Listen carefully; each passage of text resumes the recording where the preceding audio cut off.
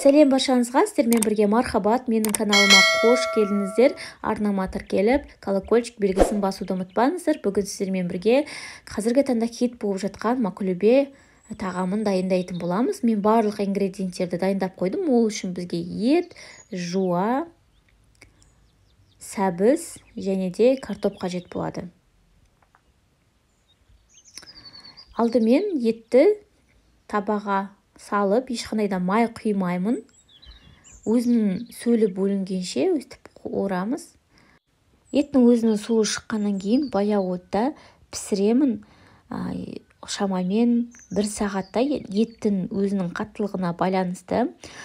Егер де су сарқылып қалса, онда азғана су қосамын. Міне менде барлығы суы сарқылды. Енді тұз қосып, аздаған май қосып, май қоспасаңыз да болады, бірақ мен кішкене қосып жібердім. Астын сөндіріп тастаймыз. Енді келесі кезекте қазанға май құйып, қыздырып алып, сосын екі жағынан картоп пен сәбізімізді қуырып аламыз.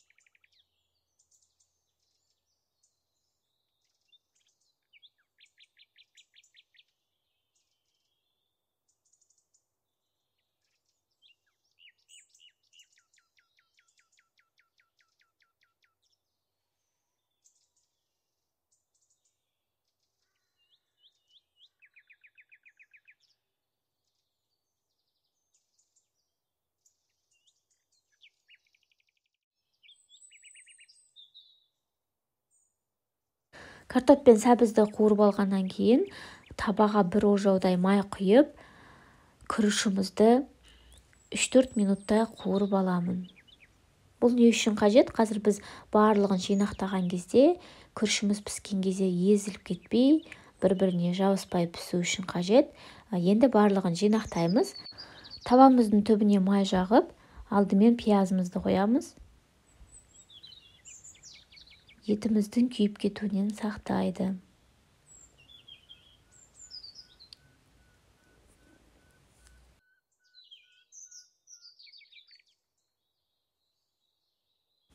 Келесі қуырылған етімізді саламыз.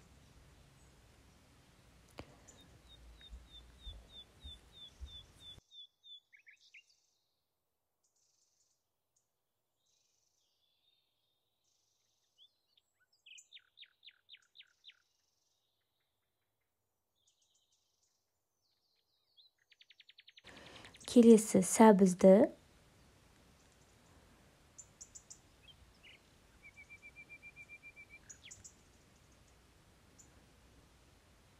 осылай барлық жерін жауып тұру үшін молырақ салыңыздар сәбіз бен картопты.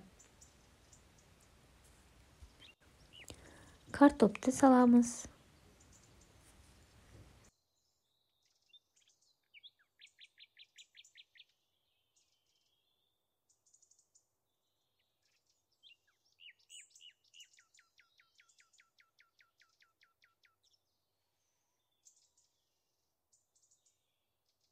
Және соңында күрішімізді саламыз.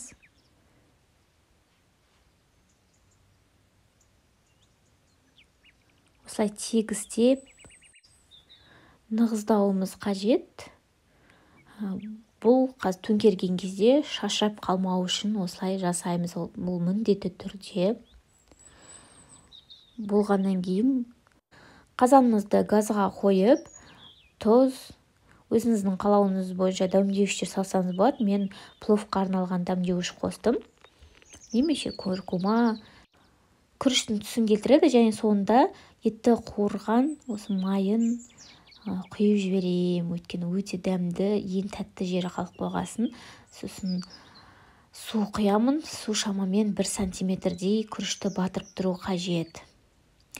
Осылай бетін жауып, еш ашпастан шамамен жарты сағат қайнатам. Сосын сөндіріп тастап, 10 минут өз буында тұрады. Содан кейін не осылай нәтижесі шашырамай күшті болып шықты.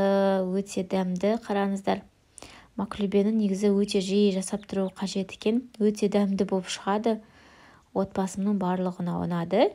Табанның шетіне қызанақ пен қиярдан салат турап қоясыз, және де айран құю қажет. Бірақ біз айран кішкене ашылау болады деп қаймақ пен айранды араластырып қойдық. Ол менде өте дәмді болады екен. Жасап көріңіздер. Егер ұнаса лайк басып пікір қалдыруды ұмытпаңыздар. Арнама тіркеліңіздер. Сіздермен бірге болған мархабат.